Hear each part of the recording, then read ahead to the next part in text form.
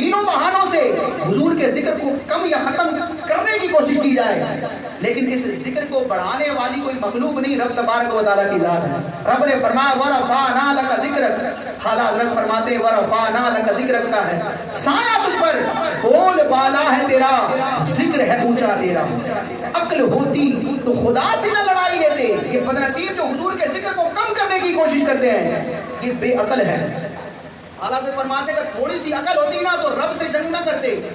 رب سے معاذ اللہ لڑائی کرنا یا جنگ کرنا کس کے بس کی بات ہے؟ یہ حماقت ہے، جہالت ہے، جنون ہے، بدبختی ہے۔ اعلیٰ حضرت فرماتے ذرہ برابر اگر عقل کا کوئی حصہ ان کے پاس ہوتا تو رب سے لڑائی نہ لیتے، کیونکہ یہ اس چیز کو کم یا گھٹانے کی کوشش کر رہے ہیں جس کو رب نے بڑھا دیا ہے۔ بڑھائے گا نہیں، ورفعنا ماضی کا صیغہ ہے، پاس کا ٹینس ہے، بلند کر دیا۔ حضرت فرماتے ہیں عقل ہوتی تو خدا سے لڑائی لیتے، یہ گھٹائیں اسے منظور بڑھانا تیرا۔